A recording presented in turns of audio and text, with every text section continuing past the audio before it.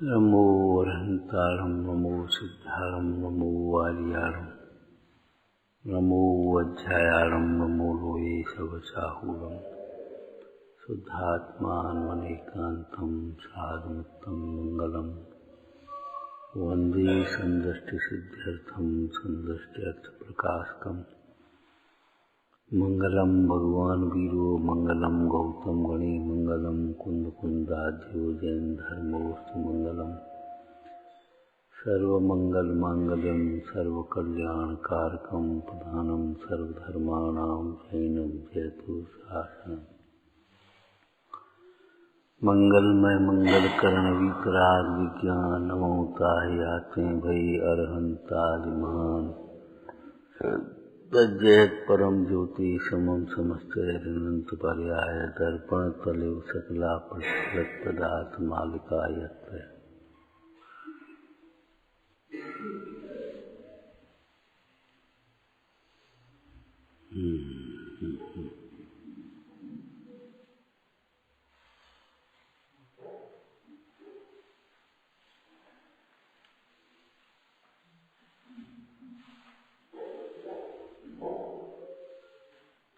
पहले अंतरंग परिग्रह के त्याग का क्रम कहा, फिर बहिरंग परिग्रह के त्याग की बात कही।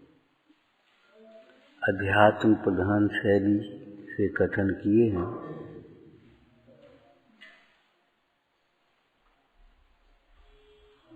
लेकिन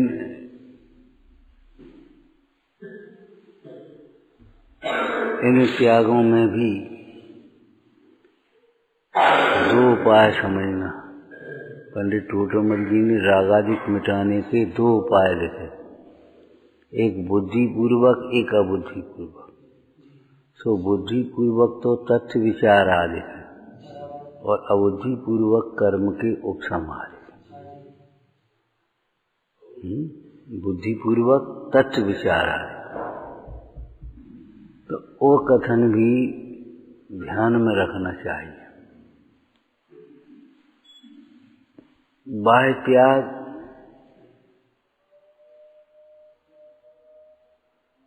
विचार पूर्वक विवेक पूर्वक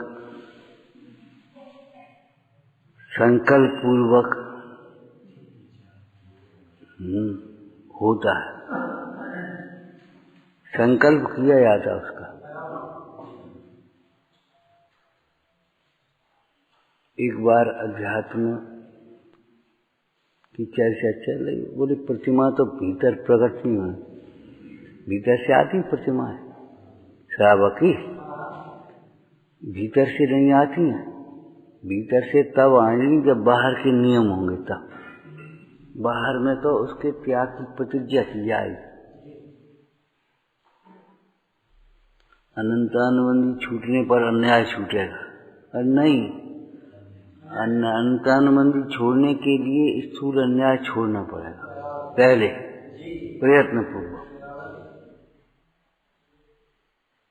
मिथ्या छोड़ने पर कुदेवादी का सेवन छूटेगा, बिल्कुल ठीक है, लेकिन नहीं, मिथ्या छोड़ने के लिए कुदेवादी का सेवन छोड़ना होगा, सिद्धांत छोड़ना होगा। क्या सिद्धांत? पंडित टोटोमल जी के शब्दों में बोलो, इनसे कुछ, इनके मानने पूजने से कुछ भला तो नहीं होता, उल्टा बुरा होता है, उल्टा रोग लगता है, बुरा होता है। ये समझना पड़ेगा।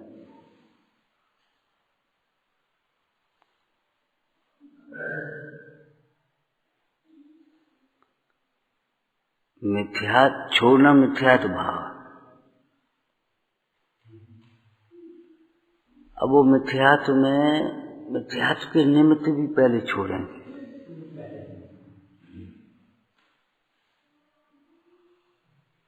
ऐसे ही अनंतानुबंधी की परिग्रह छोड़ना मान लो, तो अब अनंतानुबंधी परिग्रह के लिए क्या करना पड़ेगा? छोड़ने के लिए नहीं, क्या करना पड़ेगा? अन्याय से ग्रहण नहीं करेंगे, पहला नंबर होगा।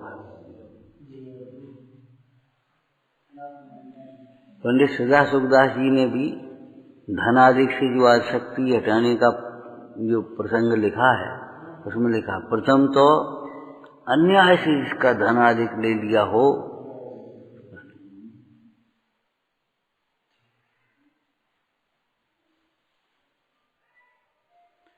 अन्याय के विषयों का त्याग और न्याय के विषयों में परिमाण, अभक्ष का त्याग और भक्ष में परिमाण नहीं, तो अन्याय के विषयों का त्याग तब फिर अनंतानुबंधी का जाएगा, और जो उसका परिमाण करेंगे तब वो अप्रत्यक्ष अनादि जाएगा। ऐसे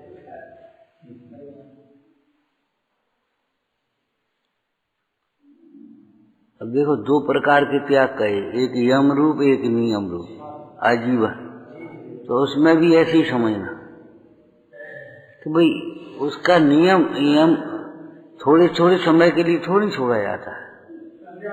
अभक्ष का तो यम है और भक्ष में नियम है, अन्याय का त्याग करने का तो यम है और न्याय के विषयों में नियम है, थोड़ी थोड़ी समय की मर्यादा सहित।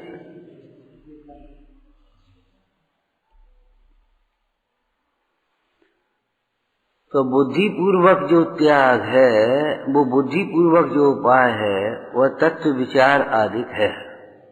और यहाँ जो लिखा तत्वार्थ सिद्धाने निर्युक्तम, तत्वार्थ सिद्धान में लगा, तो सिद्धान में कैसे लगेगा?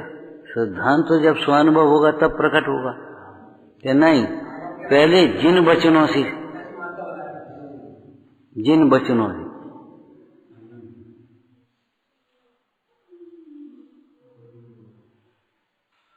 श्रीराम व्यवहार सम्यक दर्शन लिखा ना, जीव अजीव तत्व और आश्रव बंध और संबर जानो, निर्जर मोक्ष कहे जिन तिनको ज्यों का त्यों सजा। तब तो उपयोग अंतर्मुख होगा, तब तो स्वानुभव होगा, और स्वानुभव होने पर वो सम्यक होगा। जैसे हम लौकिक में कह देते हैं ना, पहले भैया सगाई होगी फिर विवाह होगा। अब सगाई होने में, अब आज की व्यवस्था हम नहीं कह सकते कुछ, जो कुछ भी है, लेकिन सगाई होने तक में तो पहले तो लड़के लड़की को देखते ही नहीं थे, लड़का ने लड़की नहीं देखी, लड़की ने लड़का नहीं देखा, सगाई हो गई।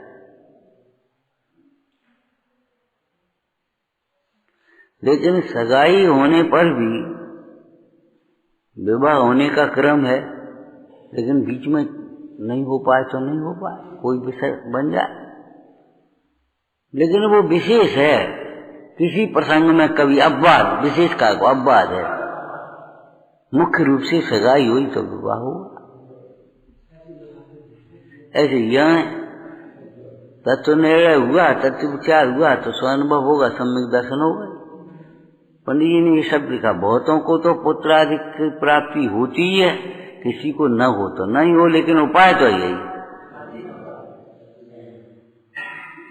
किसी को नहीं होती उसको दृष्टांत बना करके अगर तुम ये उपाय छोड़ करके दूसरा उपाय करना चाहोगे तो नहीं होगा।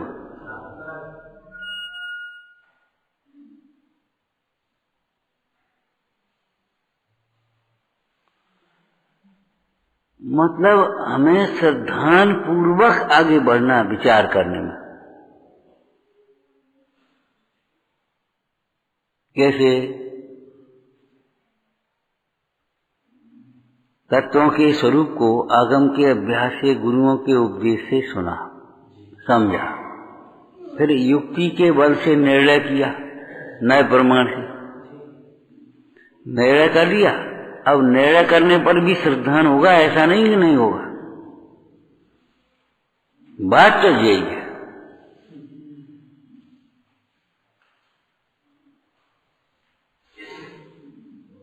फिर जब निर्णय करने पर जो श्रद्धान हुआ उसका फल क्या आएगा?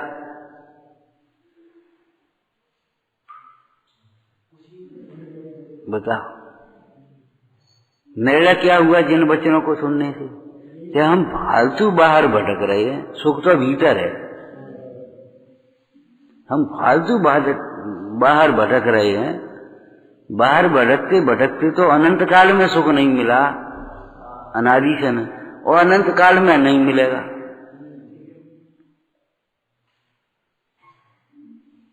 अब जब ये निर्णय हो गया, सुख तो भीतर ही है। जिन जिन को प्राप्त हुआ है सुख भीतर प्राप्त हुआ है। अब क्या होगा उसका फल कि हमारा उपयोग जो बाहर जाता तो भीतर जैसा बदल जाएगा, और जब उपयोग भीतर होगा तो उसका अनुभव होगा।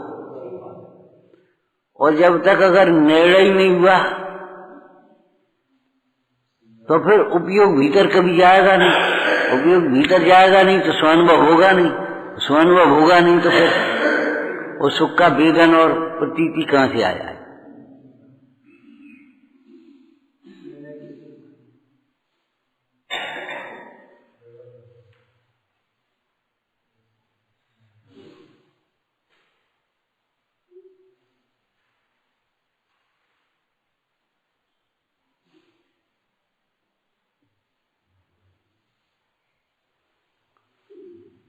इसलिए धर्म का मूल अध्यात्म में आत्मा को कहा, लेकिन आगम में धर्म का मूल सर्वज्ञ को कहा। धर्म का मूल सर्वज्ञ।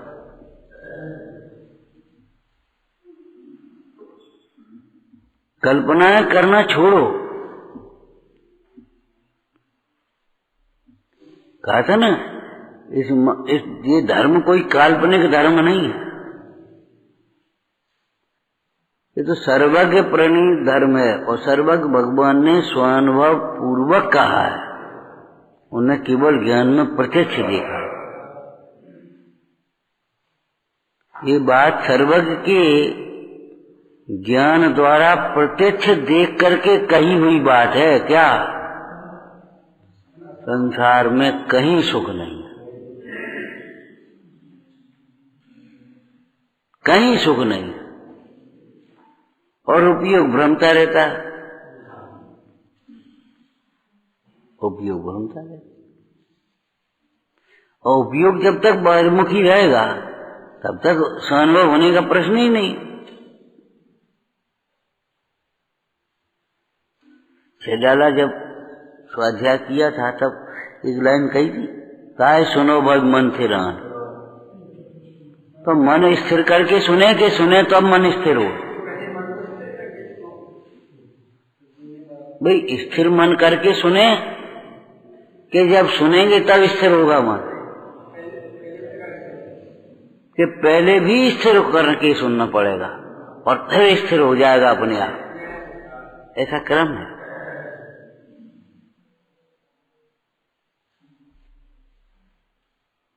पहले कैसे स्थिर करेंगे? निर्णय के बल से, निर्णय के बल से,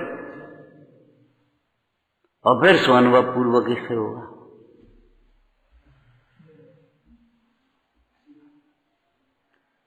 सर्वत्र ऐसा ही है। वैदिक का विश्वास करे तब नीरो हो, कि नीरो हो तब वैदिक का विश्वास आए। पहले अनेक प्रकार से निर्णय करके वैदिक का विश्वास करते हैं। अनेक रोगियों से सलाह विमर्श करके काय वो कैसो है, तुमने इलाज कराया भी कहती वो कैसा है, वो तुमने किया था क्या हुआ। माने चारों ओर सब निर्णय करके करता, और फिर अपना निर्णय करा के,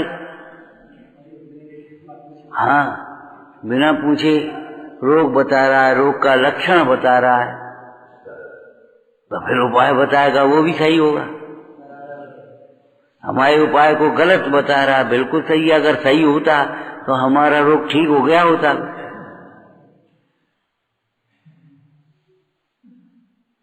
निर्णय के बल पर विश्वास आता, और फिर जब विश्वास पूर्वक औषधि का सेवन किया और नीरो हो गए, अब चाहे कोई कहे, चाहे कोई चाहे कुछ कहे, अब उस विश्वास में अलग बात है।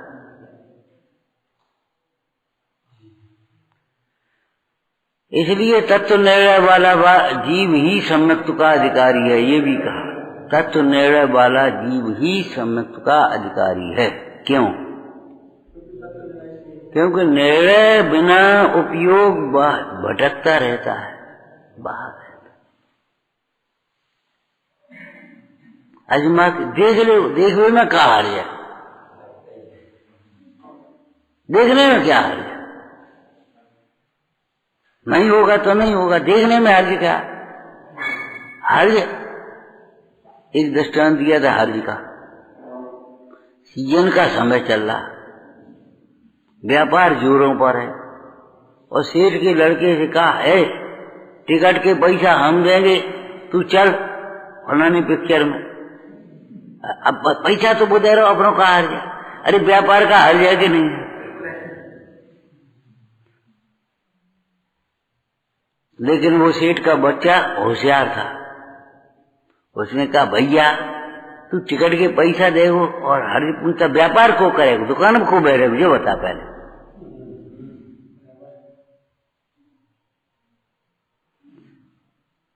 बहिरात्मा को बाहर का नुकसान नुकसान लगता है, बाहर का लाभ लाभ लगता है, लेकिन अंतरात्मा वो अपना नुकसान अपना लाभ वो परिणाम का तो देख।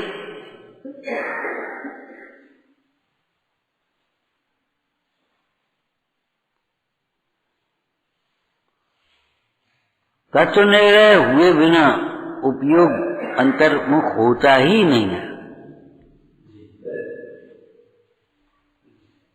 वैसे ही हाँ करने से काम नहीं चलेगा।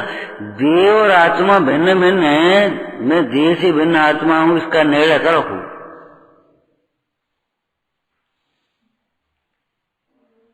देह के अस्तित्व से मेरा अस्तित्व भिन्न है,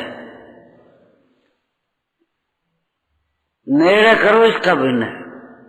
देह तो यहीं रह जाती है और आत्मा दूसरी रह जाता है।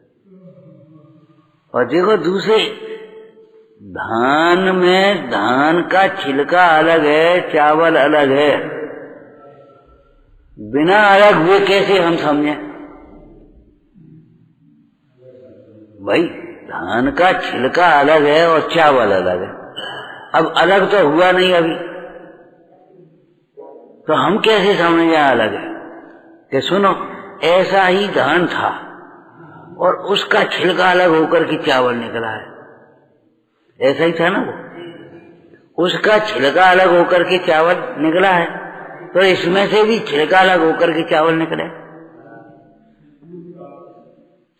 भाई जब वे भगवान संसारी थे इसी प्रकार से सुख के लिए भटक रहे थे, और जब उन्होंने अपने आप अपना सुख अपने में प्राप्त किया तो मुझे भी अपने में प्राप्त हुआ।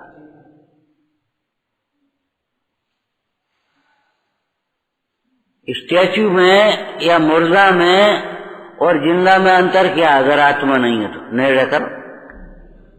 इसीलिए सर्वज्ञ की सिद्धि करने में कितने प्रसंग विस्तार किया, सिद्ध करो सर्वज्ञ। ऐसी आत्म सिद्धि में कितना आत्मा को सिद्ध करो, कैसे सिद्ध करो। और आत्मा की केवल सत्ता की सिद्धि नहीं है, स्वरूप की सिद्धि। अब ये पुरुषार्थ सिद्धि पाए चल रहा है, इसमें अहिंसा संबंध में कितनी चर्चा है। ये अहिंसा नहीं है। जिसको तुम कुतर्क करके अहिंसा सिद्ध करना चाहते हो, ये सब अहिंसा नहीं है। सिद्ध करो, किसी को सिद्ध कर रहे हो।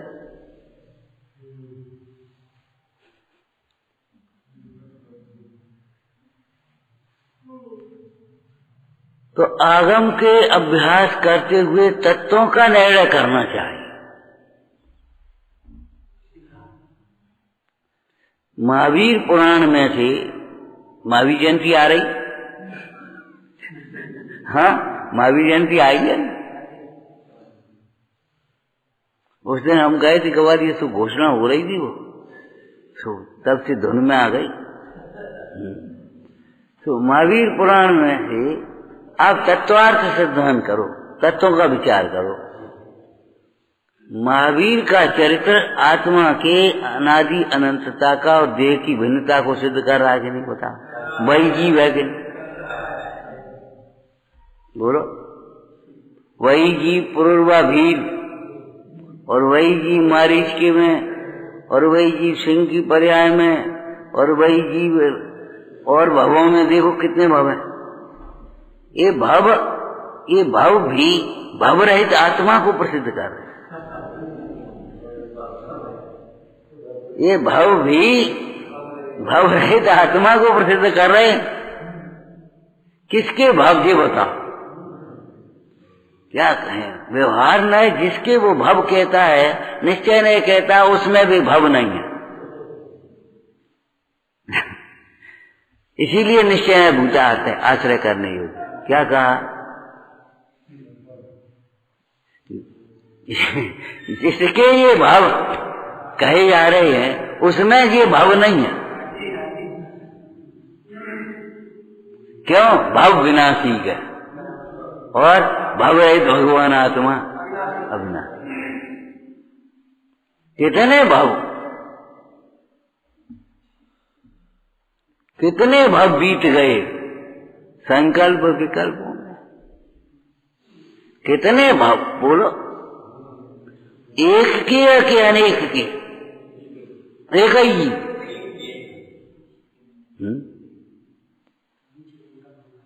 अब देखो, अजीब देह भिन्न है कि नहीं, सिद्ध करो। अगर भिन्न नहीं होती तो मृत्यु के समय भिन्न कैसे हुई।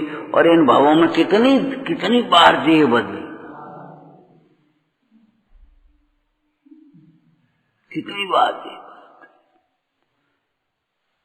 और तो भी आत्मा जैसा का तैसा। अब देखो पूज्यपाद स्वामी का याद है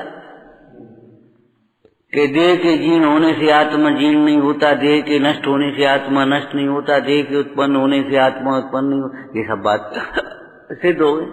तो महावीर पुराण को कथानक की तरह मत पढ़ो। महावीर के चरित्र से तत्वार्थ तत्वज्ञानी होकर महावीर चरित्र को पढ़ो। उन्हें जो तत्वज्ञानी होकर के इस पुराण को पढ़ते हैं उन्हें बहुत दृष्टांत भाषित होता है। देखो, आत्मा नादि अनंत दृष्टांत है कि नहीं, आत्मा देह से भिन्न दृष्टांत है कि नहीं उसका। मिथ्यात्व के नाश के बिना धर्म का प्रारंभ नहीं होता। बोलो, ये है कि नहीं। कितनी बार मारीच से स्वर्ग में गया, फिर स्वर्ग में, फिर विप्र बना, फिर तपस्या करी, फिर स्वर्ग में गया, फिर विप्र बना, फिर तपस्या करी, फिर स्वर्ग में गया, और अंत में जैसे अध्ययन के चावल ऐसे ऐसे ऐसे ऐसे घूमते ऐसे बैठ के रह गए। अब जय छेड़ा नाम लिखा, बोलो, ताते चैथा वर्तन धरे क्यों परिवर्तन। देख, व्यवहार राशि में निकला था और फिर जाकर के कहां पहुंच गया।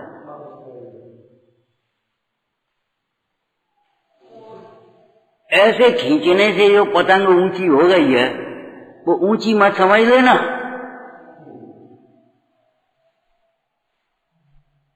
ये कुछ ऊंची नीची नहीं है। ग्रंथि भेद के बिना उस विशुद्धता का जोर नहीं चलता।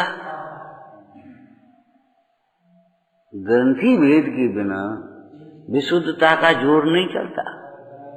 जो थोड़ी बहुत कसाय मंद होगी, अभिहाल तीव्र हो जाएगी, मन में कहीं दम नहीं है। अच्छा, आप बताओ, महावीर पुराण में थे वो विशाखानंदी और विश्वनंदी थे कि नहीं? विशाखानंदी और विश्वनंदी दोनों चचेरे भाई।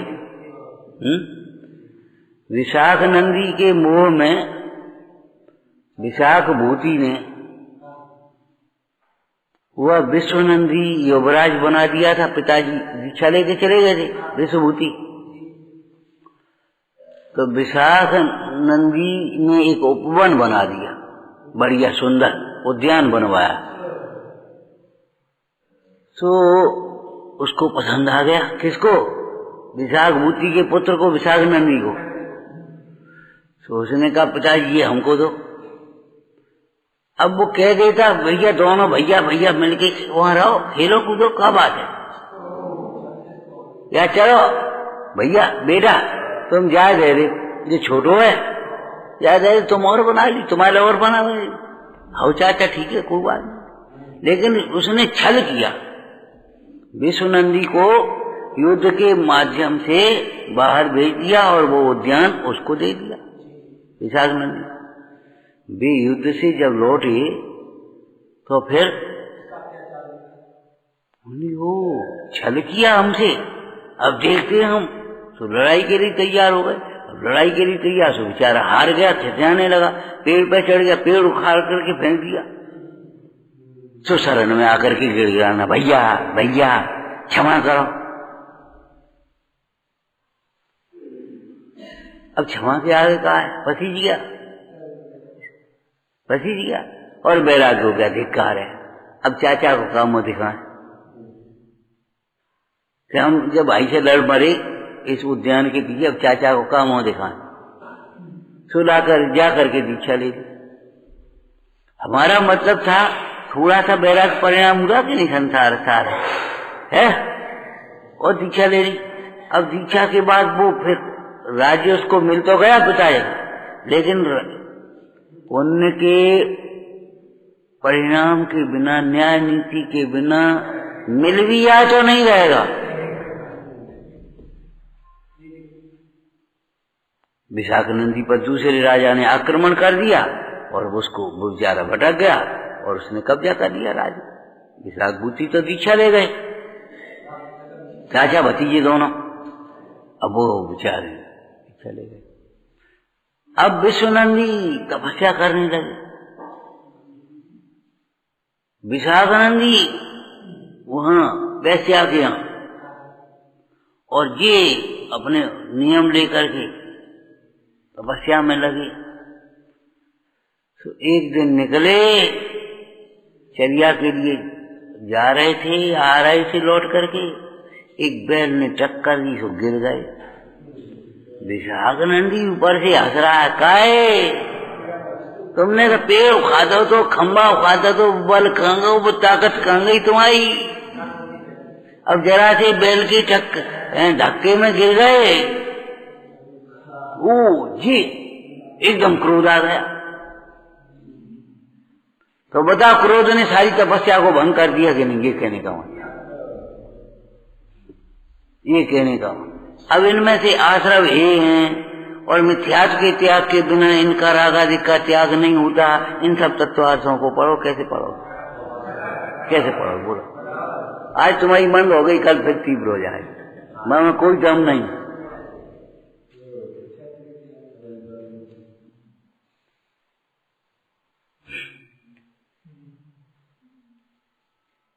बोलो, वो तो जब मिथ्यात्व का त्याग हो तब अविरति का त्याग, फिर प्रमाद का त्याग, फिर कथा का त्याग, क्रम ही है, अक्रम नहीं हो सकता। परिग्रह के त्याग का क्रम, तुम अक्रम त्याग करने चाहो, अक्रम त्याग नहीं होगा।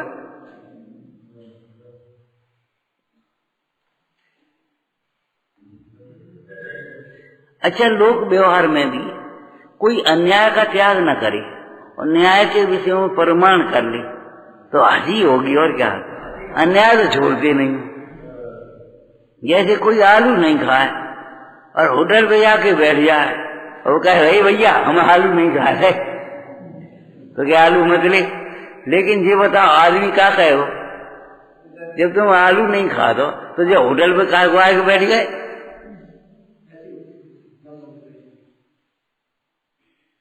एक क्रिया ऊंची एक क्रिया नीची कैसे बनेगी?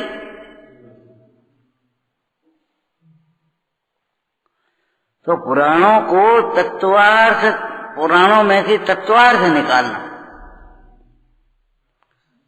ध्यान रखना। पुराणों को में केवल कथाओं का वर्णन नहीं किया आचार्य भगवान ने, कथाओं के लिए कथाएं नहीं कही हैं। काय के लिए?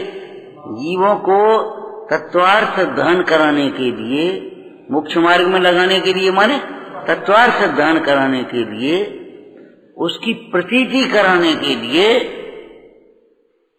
एक कथाओं के, माने कथाओं के माध्यम से मोक्ष मार्ग दर्शाया।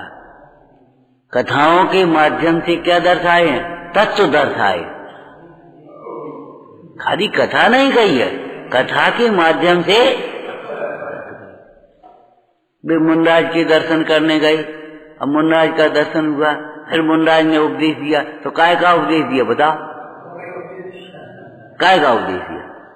अरे गृहस्थ धर्म का, कहीं मुनि धर्म का, कहीं नियम का, कहीं माने ये कहीं गुण स्थानों का, मतलब आप पुराणों में बड़ा विभिन्न प्रकार की आया है। अब चूंकि लिखने वाले ग्रंथकार विभिन्न युग के हुए हैं, तो उस समय जो शैली चल रही थी उसमें वर्णन आ गया।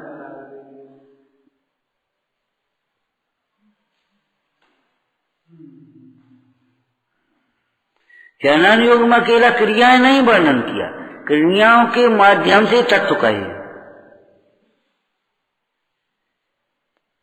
जैसे आश्रव तत्व का स्वरूप और आश्रव तत्व की क्रियाओं का वर्णन किया। वहां इन क्रियाओं में आश्रव होते हैं, ऐसे ऐसे होते हैं, और आश्रव छोड़ने के लिए ये क्रियाएं छोड़नी पड़ेंगी।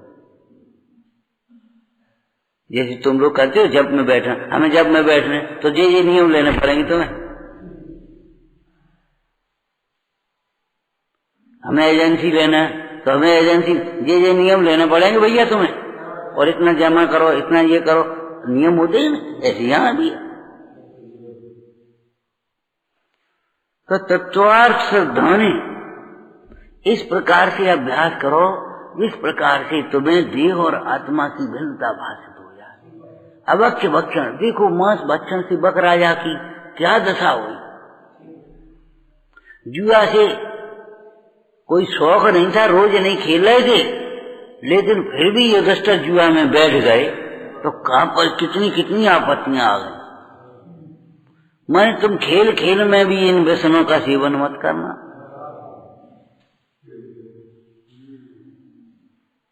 एक एक व्यसन की कथाएं जो हैं, तो कथाएं काय के लिए? व्यसन छुड़ाने के लिए। मन ऐसा व्यसन अपने में हो तो छोड़ देना, औरों के व्यसनों को देख देख करके ही गिलानी मत करना, स्वयं मेहनत तो मत मान लेना। ऐसा व्यसन अपने में हो तो छोड़ दे। देखो चक्रवर्ती की संपदा, अरंत का शरीर, तीर्थंकर की विभूति, वो भी ध्रुव नहीं है तो तुम्हारी का ध्रुव होगी। ये अध्रुव पने को बता रहे। बात बाकी हमने आपको कहा भी था, देखो निर्गंश जीवन, बिना पैसा के भी सुखी होते हैं, बिना शरीर के भी सुखी रहते हैं, बिना इंद्रियों के भी ज्ञान होता है। वो सवेरे चिल्ला नेक नेक भूख लगी, नेक नेक भूख लगी, नेक नेक भूख। अरे भोजन में जीवन चलता क्यों कर? गाते हो खाली। एक दिन नेक वो मैंने लंघन नहीं किया जा रहा, जो नेक भूख लगी, नेक नेक भूख, कछु कछु कछु खाए थे। हे भगवान क्या कर रहे? शरीर के आश्रय से कभी धर्म नहीं आ सकता।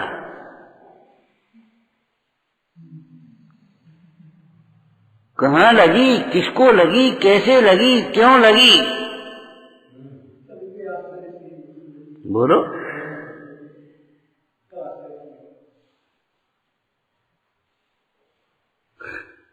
आत्मा भूखा है क्या? आत्मा सदा तृप्त है, स्वभाव से तृप्त है।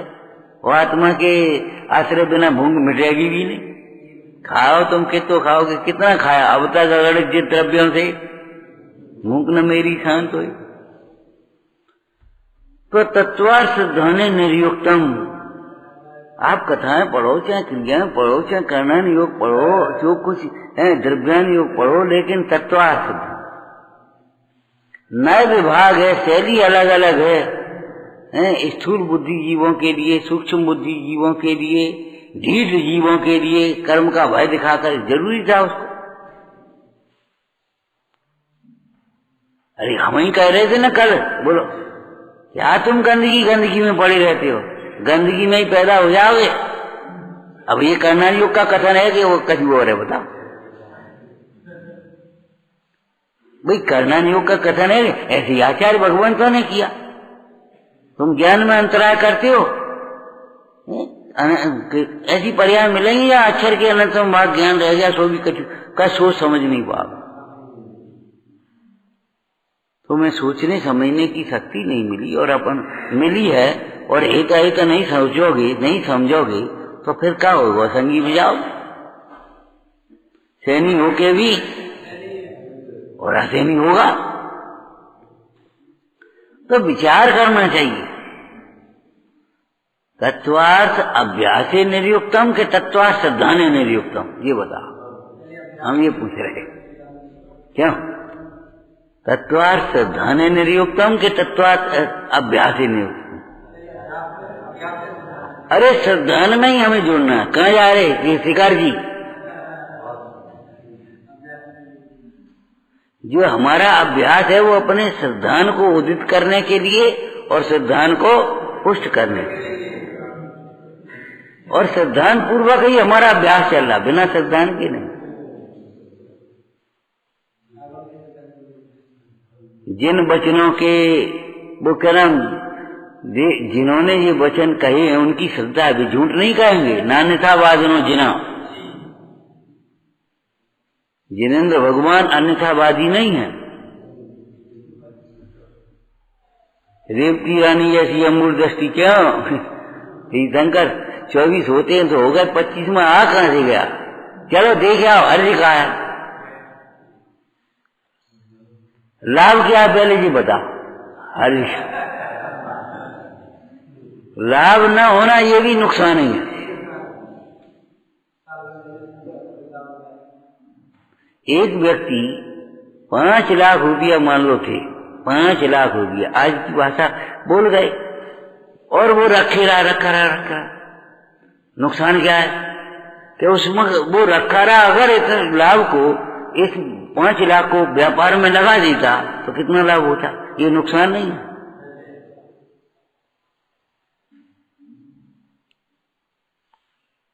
व्यापार में उसने नहीं लगाया तो अपनी बुद्धि में, हम बुद्धि को तत्व के अभ्यास में नहीं लगाया तो ये नुकसान नहीं और क्या है?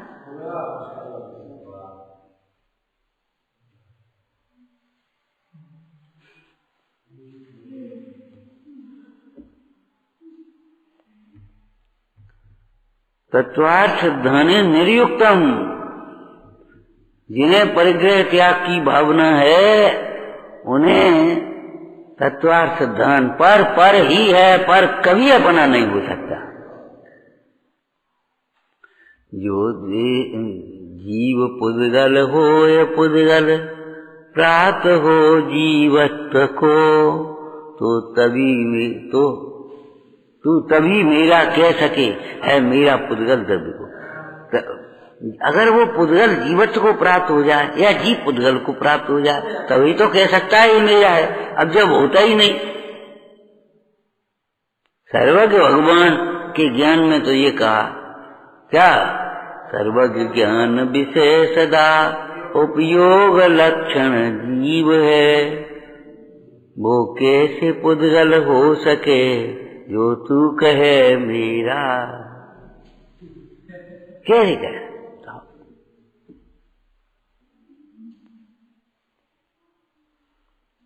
अब तो भी संविधान सब बदल गए। लड़की अपना धर्म मानती रहे, लड़का अपना धर्म मानता रहा और विवाह शादी हो जाए। पहले वैसे विवाह शादी में धर्म क्या हो? एक शर्त है ये यार तुम ये धर्म अंगीकार करो या हम धर्म अंगीकार, तभी तो होगी। अगर नहीं हम अपना नहीं छोड़ें तो अपना नहीं छोड़ो तो कैसे, फिर कैसे मिलेगी बता? मेल नहीं मिलेगा। कर्तव्य मेरा हो तो मैं परद्रव्य हो जाऊं या परद्रव्य स्वद्रव्य हो जाए, दो में से एक तो होना चाहिए, लेकिन दोनों नहीं होते। ये तत्वार्थ धन में निरुक्त क्या? पर ही रहेगा, पर कभी अपना नहीं हो सकता। पर में से सुख कभी नहीं आएगा, निसंग। अच्छा बताओ कितने पुराणों में अनेक दृष्टांत, एक भी दृष्टांत बताओ पर में से सुख आया हो। स्वर्ग में किसी को सुख मिला हो? स्वर्ग में भी किसी को सुख मिला हो बताओ? कोई राजा महाराज चक्रवर्ती कोई सुखी हुए हो बताओ? बिना सम्यक्त के सुख हुआ हो तो फिर ऐसा समझ करके सिद्धांत करो। सम्यक दर्शन होने पर मिथ्यात्व का त्याग और अनंत अनुबंधी त्याग करो। अब इनके त्याग की प्रक्रिया बाहर से भी करेंगे, भीतर से भी करेंगे। बात ये विचारना।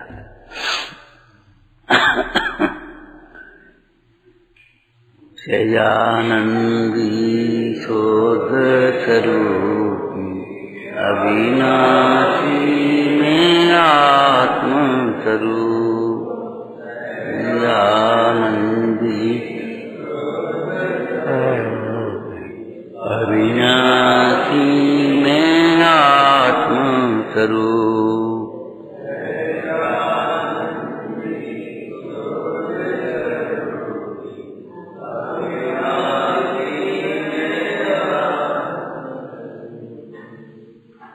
निज निधि निज में बताई